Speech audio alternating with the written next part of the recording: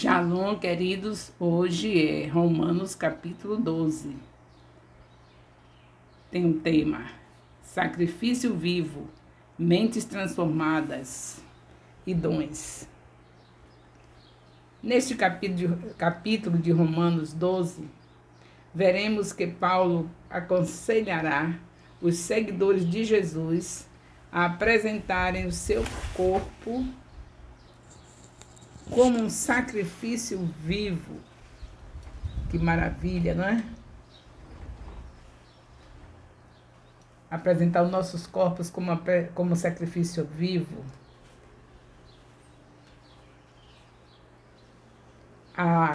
Esse sacrifício vivo é um convite a usar os próprios dons concedidos pela graça de Deus e viver como santos devem viver. Em Romanos 12, Paulo começará nos ensinando a vontade de Deus, nos mostrando que, para viver o melhor de Deus, precisamos abandonar o pecado e entregarmos nossas vidas como um sacrifício agradável a Deus. Ele nos ensina que, no cristianismo, não existem estrelas. Todos são parte do corpo e isso significa que cada um possui função específica dentro do reino de Deus. Os dons espirituais devem ser utilizados para o crescimento e o fortalecimento da comunhão e isso é agradável a Deus. Contexto histórico de Romanos 12. Estamos acompanhando Paulo, mostrando um Deus que não rejeitou o seu povo, os judeus e seu povo, os judeus, e que o erro deles, sua incredulidade e seu coração endurecido, tudo isso foi usado por Deus para enxertar a todos os outros gentios na grande promessa da salvação, a videira que é Cristo. Ele também adverte que devemos considerar a bondade de Deus, mas também a sua justiça e ira, ao dizer que se ele, Deus, não poupou os ramos que eram naturais, quanto mais aos enxertados, como nós, os gentios. Devemos nos arrepender e vigiarmos. Romanos 12, de 1 a 2. O sacrifício vivo em mentes transformadas. Normalmente, Paulo usava o modo indicativo para fazer declarações a respeito do que Deus tem feito por nós, antes de usar o modo imperativo para esboçar a resposta apropriada de nossa parte. A ordem de apresentação é: primeiro a doutrina, depois o dever. Nosso culto envolve a oferta do nosso corpo em sacrifício vivo, o que significa a dedicação de todo o nosso ser para honrarmos a Deus com o nosso viver. Os cristãos devem ser diferente da sociedade não cristã. Devemos experimentar uma transformação progressiva de vida pela renovação da nossa mente. Essa mente é mudada pela oração, pela leitura e reflexão da palavra de Deus. Quer uma mente mudada? Ore, porque orar é conversar com Deus.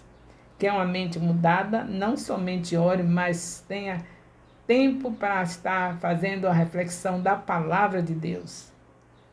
Quando você medita nela de dia e de noite, você está tendo uma mente restaurada. Romanos 12, de 3 a 8. Os dons. Como parte de uma mente renovada, o cristão deve pensar com sabedoria acerca de si mesmo e da função que deve exercer no corpo de Cristo, que é a igreja. 1 Coríntios 12, de 12 a 28, fala sobre isso. Uma medida de fé pode significar que uma pessoa deve se medir pelo Evangelho. Outros a veem como partilhas diferentes de fé. Então, vou repetir aqui. Uma medida de fé pode significar que uma pessoa deve se medir pelo Evangelho. Essa expressão, uma medida de fé, significa isso. De qualquer maneira, Paulo exorta os cristãos a serem humildes e usarem aquilo que Deus deu para o bem do corpo.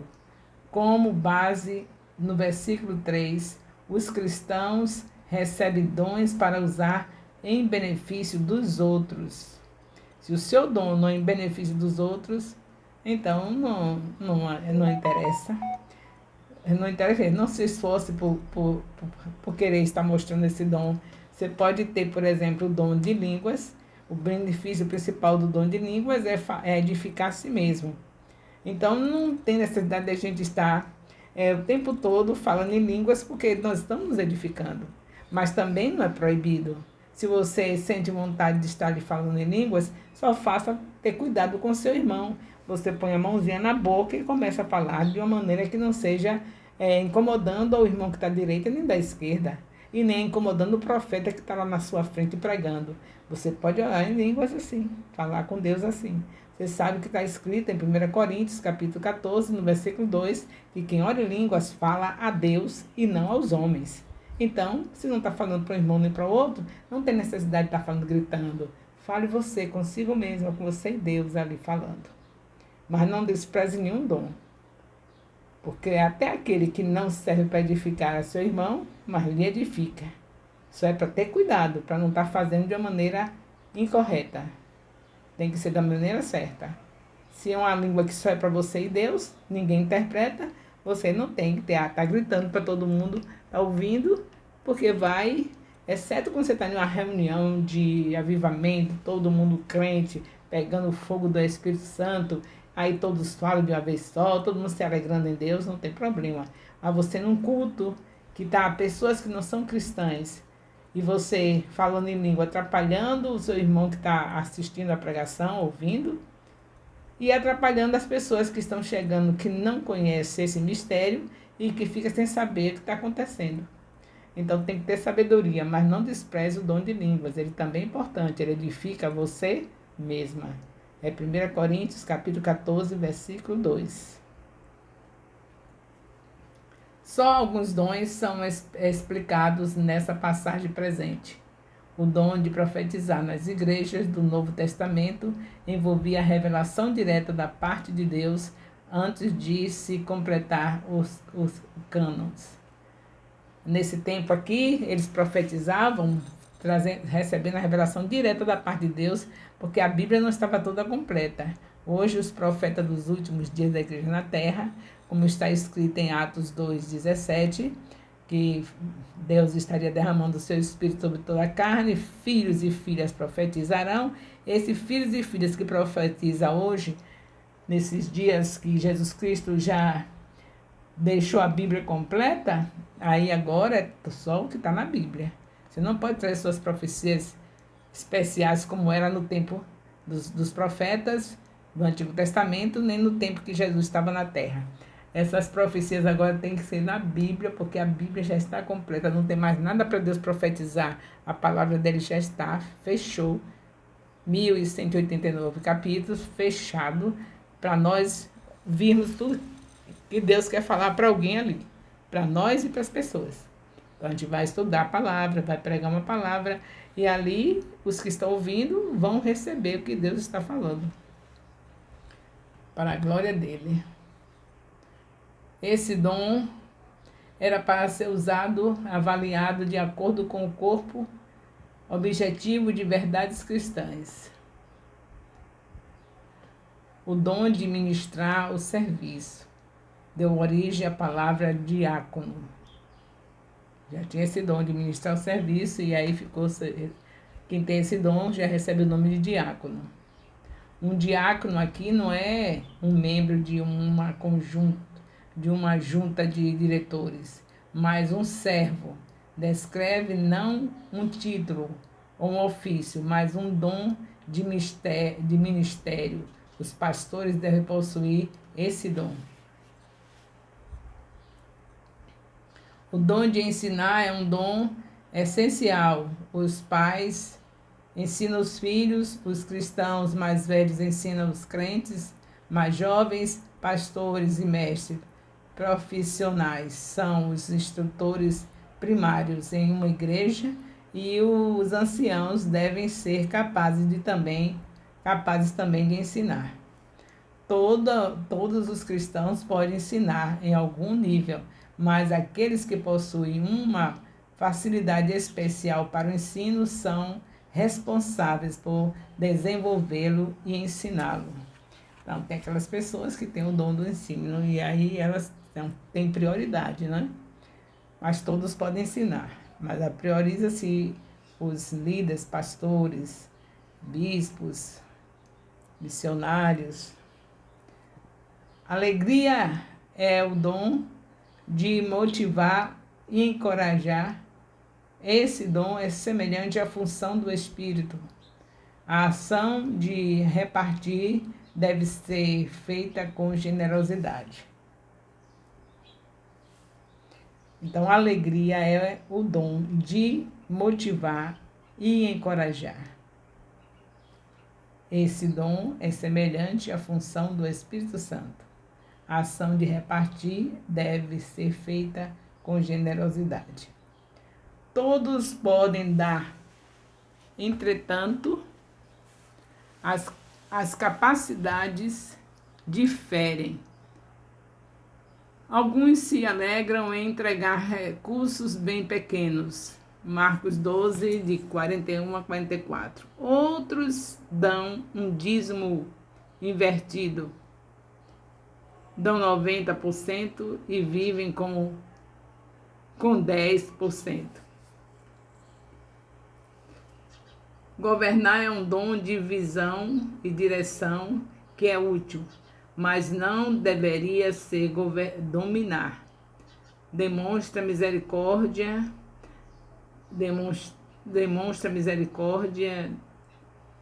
em ajudar os enfermos, os pobres, os tristes. Esse dom deve ser exercido com alegria.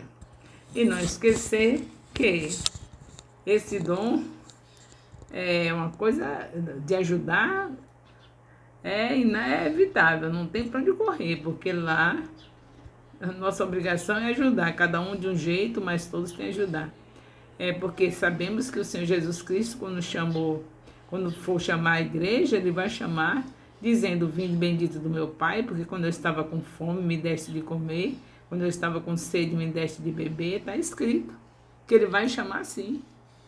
Então, quem ama tem sempre algo para dar. Um dá ajuda de comida, de água, outro dá ajuda de remédios para quem está enfermo, outro dá ajuda de visitar.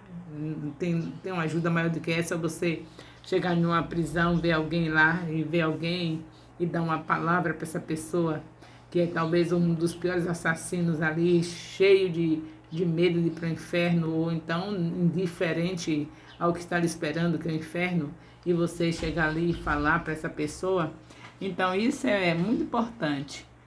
Tudo isso que mostra o amor de Deus em nós é importante, porque Deus é amor. E quem tem a Deus tem amor e vive na luz. A luz está justamente em você viver bem com seu irmão e providenciar sempre algo para fazê-lo feliz, para estar bem, para que ele esteja bem com Deus. Uma pessoa com fome, uma pessoa doente, sem ter ninguém para ajudar, não fica bem com Deus, né? E Deus deixou a nós para ajudar essas pessoas. Quando você faz isso, você está ajudando a pessoa a estar bem com Deus, que ele sente o amor de Deus através da minha vida e da sua. Então vamos fazer isso. Então, estamos aqui também em Romanos capítulo 12, de 3 a 8, os dons. E aí nós vemos Já falamos mais suficiente, né, sobre os dons. Então vamos prosseguindo. Deus continua falando conosco. Romanos 12, de 9 a 16, o propósito do corpo. A mente transformada é explicada em uma série de breves exortações. Paulo expõe o amor divino nesta carta. Agora ele se volta para a fé dos discípulos, que atuam pelo amor. Gálatas 5, 6 fala sobre isso. Os cristãos formam uma família única e eles devem honrar uns aos outros e manifestar amor genuíno. Eles devem ser ferventes no espírito, ou seja, permitir que o Espírito de Deus dê entusiasmo e motivação em seu serviço. Os cristãos também devem se regozijar na esperança da volta de Cristo, de Jesus. Compartilhar aquilo que possui e dividir as alegrias e tristezas da família da igreja. Ao perseverar na oração, nas aflições e perseguições da vida, os membros do corpo devem fortalecer uns aos outros. O orgulho é um pecado grave e a humildade é uma grande virtude. Ninguém deve se achar sábio aos seus próprios olhos, porque Deus resiste aos soberbos e dá graça aos humildes. Então tem muita gente sábia, tão sábia, que são incapazes de se submeter a uma autoridade que se acha que está cheia de sabedoria. Não dá nem satisfação em relação ao porquê que não está obedecendo, porque não está fazendo o que foi mandado pela autoridade. Isso aí é uma pessoa orgulhosa, porque ela se acha maior do que a autoridade, né? Ao ponto de não poder explicar por que está fazendo ou deixando de fazer algo que a autoridade determinou. E que o Senhor hoje cancele, no nome de Jesus, todo tipo de discípulo orgulhoso, que sejam humildes, que fale para os seus discipuladores o motivo pelo qual não está fazendo ou corretamente, como foi ordenado, por que não está fazendo questionário, por que não está colocando o nome do discipulador lá no comentário do vídeo. Se é uma pessoa que é humilde, ela vai explicar por que não está fazendo, porque às vezes tem um motivo até justo, mas só que quando a pessoa é orgulhosa, não explica, acha que eu sei porque eu não estou fazendo, Deus sabe porque eu não estou fazendo. Basta saber que Deus sabe, não é assim. Deus deixou representantes aqui na terra, pessoas que estão sobre nós e que nós precisamos honrá-las, respeitá-las. Que não dá satisfação ao líder pelo aquilo que pode ou não pode fazer, está fazendo isso com Deus. Infelizmente, muita gente não está entendendo isso. Faz com Deus e o líder deve ficar tranquilo, não deve se preocupar, porque o mesmo Deus que colocou o líder na frente do povo é o mesmo Deus que está cuidando de tudo isso. Ele vê tudo isso e ele resolve tudo isso. Então é bom que nós não sejamos orgulhosos, sejamos humildes, em nome de Jesus. Muitas vezes os cristãos experimentam ódio e perseguição por parte da sociedade. Romanos 5, 9. A resposta normal é retaliar. No entanto, os cristãos são chamados a servir, ministrar a graça de Deus a um mundo perdido e hostil. Jesus é o nosso modelo. Tanto quanto possível, devemos viver em paz com todos. Deus é o soberano que pode converter até mesmo um Saulo, perseguidor da igreja. Deus é o juiz e o administrador de ira. Nosso papel é manifestar a graça e o amor de Deus em nossas vidas. Deus em Jesus venceu o mal na cruz. Não devemos nos deixar vencer pelo mal. Concluindo esta carta, Paulo convida-nos a entregar-nos de forma completa à vontade de Deus, porque ela é a melhor escolha que podemos fazer em nossa vida. Em seguida, o texto mostra que cada um dos filhos foi criado para um propósito escolhido por Deus, cada um ganhando dons específicos através da graça de Deus, a fim da edificação de toda a igreja. É fundamental passar um tempo de qualidade com Ele, com o objetivo de conhecer sua vontade. Muitos de nós, cristãos, vivem perdidos, inseguros, mas isso não é a vontade de Deus. O Senhor nos deu o Espírito como conselheiro e a voz dele tem acesso ao nosso coração. Nos é dito que recebemos dons de acordo com a graça de Deus, ou seja, não foi ao acaso. Ele nos deu dons e talentos com um propósito firmado, e quanto mais nos dedicarmos a conhecê-lo de todo o coração e vivê-lo verdadeiramente, mais e mais da boa vontade que iremos experimentar. Louvado seja Deus por estarmos aqui no capítulo 12 de Romanos, entendendo tudo que Deus está nos falando, e vamos provar isso respondendo o questionário. É uma maneira de sermos avaliados, e claro que Deus requer essa avaliação, porque senão nós não estaríamos dando testemunho de que somos mais espirituais do que carnais. Porque nós somos capazes de fazer o maior sacrifício para adquirir conhecimentos humanos que vão ficar no túmulo, não é? A gente passa pela faculdade, faz doutorado, mestrado, tudo, mas a gente vai deixar tudo isso no túmulo. Se a gente não for capaz de fazer um questionário, é sinal que estão valorizando mais os estudos seculares que ficam no túmulo do que o estudo da palavra de Deus, que vai para sempre, para a eternidade, e nós chegaremos lá todos movidos pela palavra e encontraremos com aquele que é a própria palavra, Jesus.